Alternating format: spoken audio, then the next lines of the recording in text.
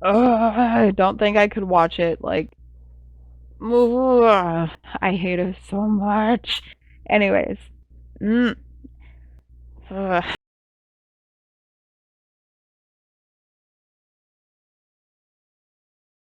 Good morning, my beautiful merfolk. Welcome to another Mercedes Talks Anti-MLM. So today we have a doozy, but before we get into that, let me explain a few things. I've got my headphones on. I usually reserve these for gaming and streaming, but I am wearing them today since my mic seems to not like to cooperate. But hopefully this wig doesn't mess up with the mic on my headphones too much. Fingers crossed, because I cannot do another few videos with bad audio. That made me so mad. So that's that.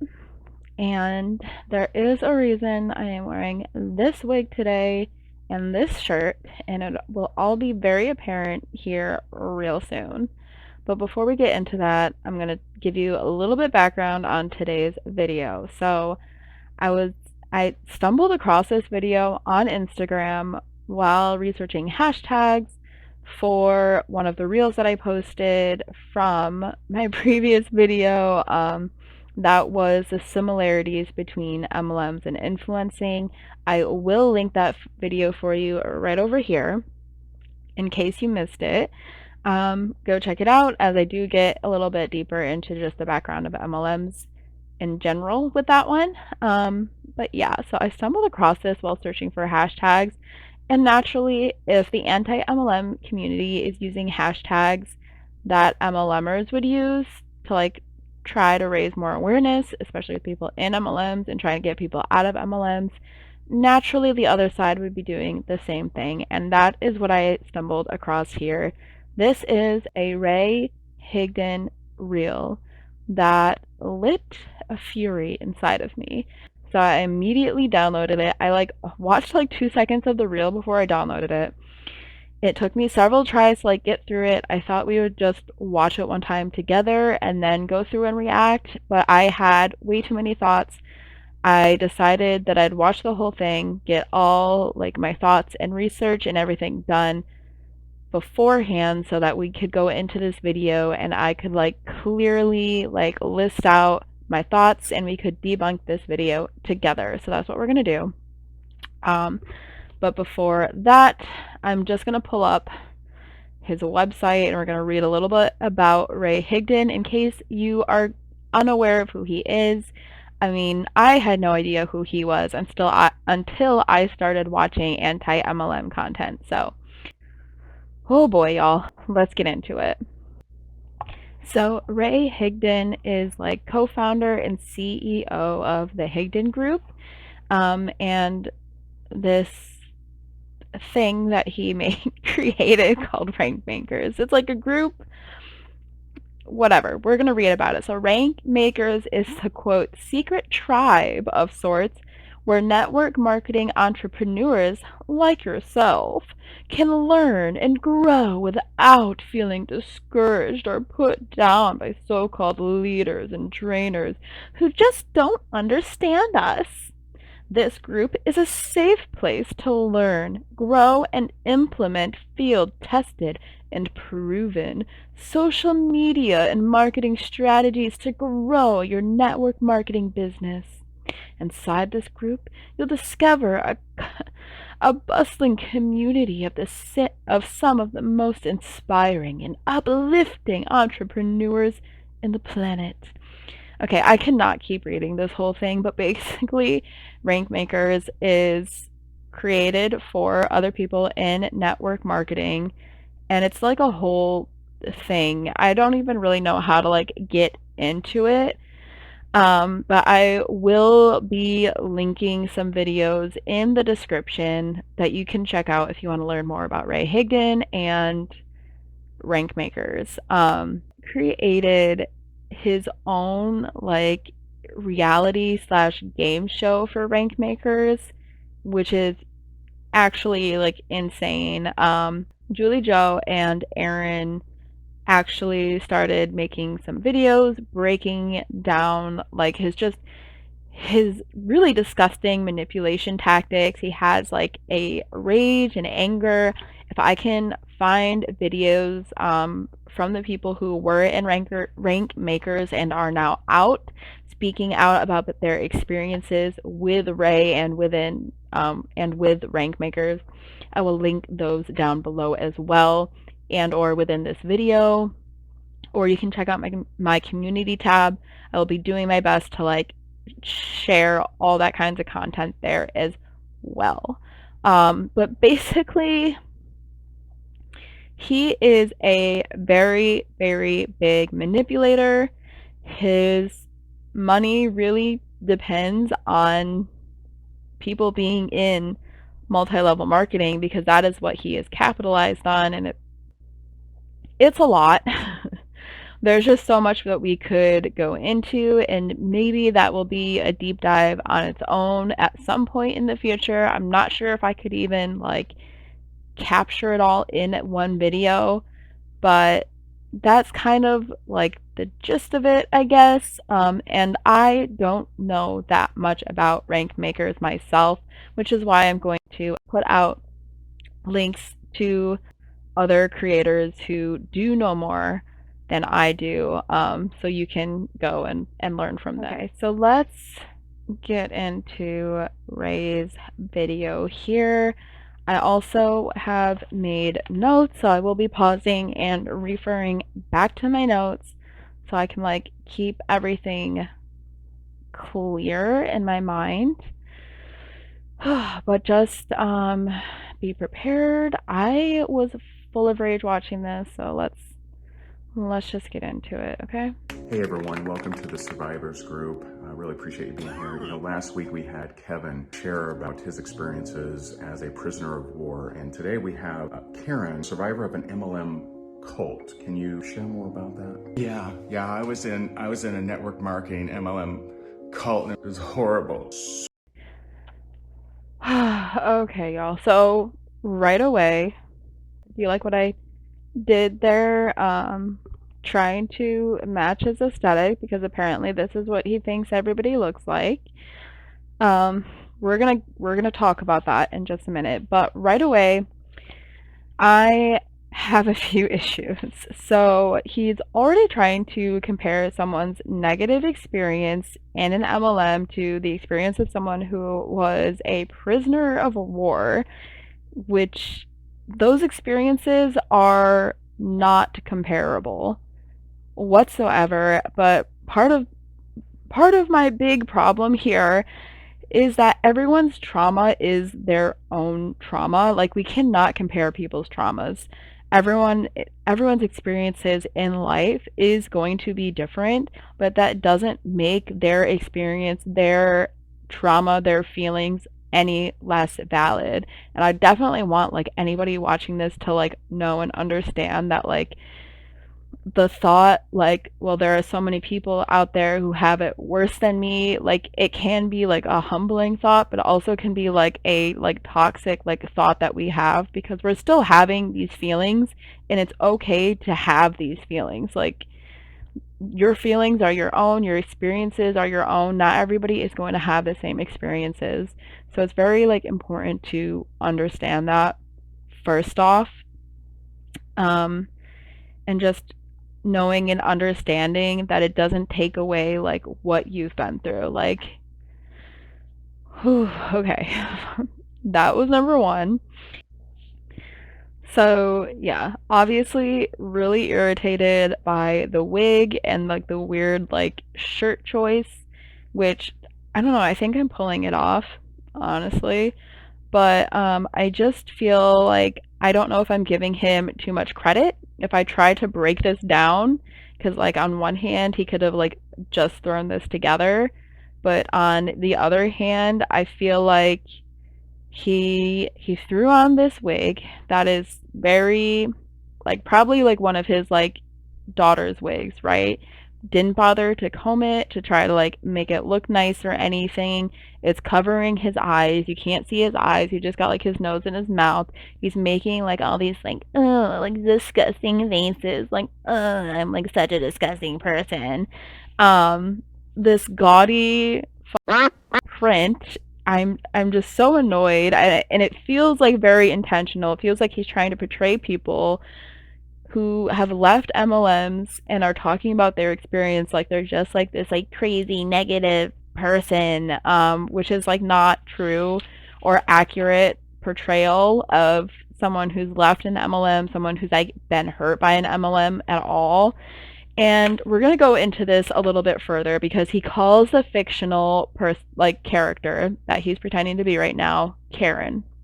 Again, belittling the experience of real people who have gone through real trauma and bad experiences within MLMs. And he's essentially calling them like entitled or demanding, or like they're weaponizing their victimhood. So essentially, right off the bat, we are like victim blaming and we are putting down these people right off the bat.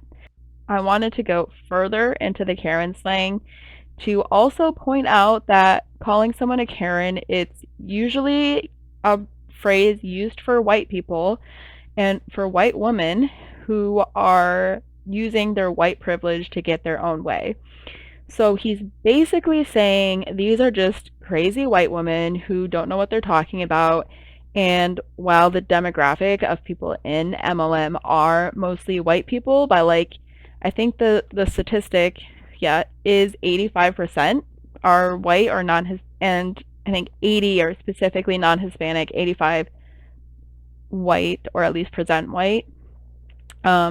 This is still leaving out that like 15% that are not white. Okay, so we're leaving out a community who are already like part of a marginalized population, and they're already like often taken advantage of, and we're ignoring, not even just taken advantage of, they're already often ignored, and we are continuing to ignore them and ignore their stories, the way the MLMs have targeted or affected their lives. And ooh, I am on fire. We are just like pretending like they don't even like exist right now. Like I am so annoyed. I am actually on fire right now. My heart is beating so fast. Because while they might not make like a huge statistic up of like the MLMs, there's literally so many reasons for that again we just cannot get into right now. But there's just this portrayal all around problematic. Okay, we are like 2 seconds in, you guys. We still have, okay, we are 18 seconds in. We have 14 seconds left. Let's do this and get to our next point. So were you kidnapped into this cult? No, I signed up online, but I had to tell people about my product or opportunity. So again, he asks Karen if they were kidnapped into the cult. But the thing about a cult is, more often than not, people aren't typically kidnapped into cults. They are usually recruited into cults, okay? Typically, they are recruited during a time or moment of vulnerability with the promise of being able to solve their problems. And honestly, we see this with MLMs all the time. They are often told to talk of their own trauma, or like own hardships, whatever, because they're looking for other vulnerable people. And then they target those vulnerable people and they pretty much tell them that the MLM can fix like all their problems. If your problems are money, if you join this MLM, you're gonna get more money, you're gonna be able to be, typically what we hear most often, because more often than not, it's moms that are targeted. You're going to be able to be home with your kids. Like, you're going to be able to have more time for your family. You're going to be able to pay off your debts. You're going to be able to lose weight. You're going to be able to, like, whatever. Like, you have this wonderful community of other moms. Like, let us solve all your problems. That is like cult 101. Okay. Okay. let's keep going. They forced you into labor and then kept the money? No, I didn't have to work, but if I did, I kept the money. They tortured you if you didn't comply. They didn't torture me, but they made me sit through all these personal development talks. Okay, again, hi, Ray, it me. Ray just likes to gloss over like all like the real points here because this is not what we're saying. A lot of the people in the anti like MLM movement, we're not just like and even people who have been in MLMs, they're not just like woe is me because I had to sit through these calls. There's a lot. It's so much more nuanced than that because he knows that the facts do not line up with his side of the argument. He is just trying to make the other people look bad. So, Ray, glossing over the fact that once you've joined an MLM, more cult-like tactics are enforced, in my opinion. From love bombing, threats to take away the new founded community, blame, humiliation, and more. These are tactics of coercive persuasion that, in my opinion, uplines often use to get their downlines to do as they say. If they're not sharing their products, sending messages, showing up for all of these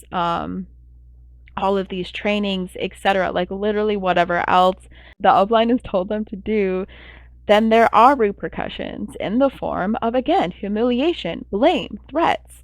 Additionally, according to the FTC, 99% of the people who join an MLM will lose money. So even if they earn a commission or a bonus or what have you during their time in the MLM, 99% of people will lose money in the end, meaning that the money they've put into the business is more than the money that they've gotten out of the business. Did they threaten you not to leave? They didn't threaten me, but they were just constantly talking about how much money I could make if I would just do more work and how powerful I really was. So they encouraged you, some people loved it, and the whole thing was voluntary? Hey, where can I learn more about this? Literally freaking hate that. I literally hate this video. I don't think I could watch it. Like, I hate it so much. Anyways, as I said, people don't typically join a cult. They are often recruited, often preyed upon when they are vulnerable, and often under, I don't want to say completely false pretenses, but we're leaving some stuff out when we're recruiting people. They're not getting the full picture of what they're really going to be in store for. So it is false pretenses. They're then love bombed, in my opinion, and when that tactic doesn't suffice, other cult-like tactics will be used for coercive persuasion or undue influence to get the person to do what the upline wants, or have the person acting outside of their typical like personality, outside of how they would typically act. Often the sink cost fallacy is pushed heavily as well, and that is, the sink cost fallacy is basically like, I've put so much time, like X amount of time, effort, money into this, that instead of just stopping here, I'm gonna keep going because I've put too much in for me to stop now. That is a sunk cost fallacy, which in reality is just putting you further, like sinking you further down the hole in time, time, money, energy, everything. But that's what's often pushed. It's like, well, if you just keep going, like this could be the month. Like if you stop now, you don't know how much you could have made. You're going to be missing out on this amount of money. Like they're just constantly pushing you to like stay in. Just keep pushing, keep buying, keep wasting all your time and energy. And so that is like a big factor of why people don't leave an MLM, or why they don't leave an MLM sooner. The threat of public humiliation, the threat of losing their community, or worse, being shunned from their community, is also a huge factor that Ray is, again, very conveniently leaving out of his reel naturally. But that is the reel. This is the video. I know this was a short video. It's 20 minutes on my end, but by the time I like trim this up, it'll probably be even shorter. But I just had to react to this video because it literally irked me so much that I didn't think I was going to be able to like keep my head on straight. So that is that. This reel is dumb. Ray is a jerk, in my opinion, and that is that. Let me know in the comments what you thought, and let me know in the comments who are this better, me or Ray. I will see you in the next video. I will have another anti-MLM video up next week. If you enjoyed this video, please consider liking, subscribing.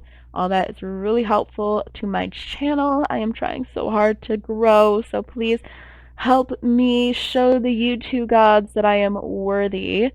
Last but not least, what else was I going to say? Oh, I do also have a tip site you can go check out if you really enjoy my videos, my content, and you would like to support me. You would like to, or you are able to support me monetarily. You can go check out my tip page. But honestly, any form of support is highly appreciated. I appreciate y'all so much. I'm going to peace out now. So say goodbye to Piplup, Pichu, Nastri. I won't do all the friends today, but say goodbye to everybody, and we will see you next time. Bye!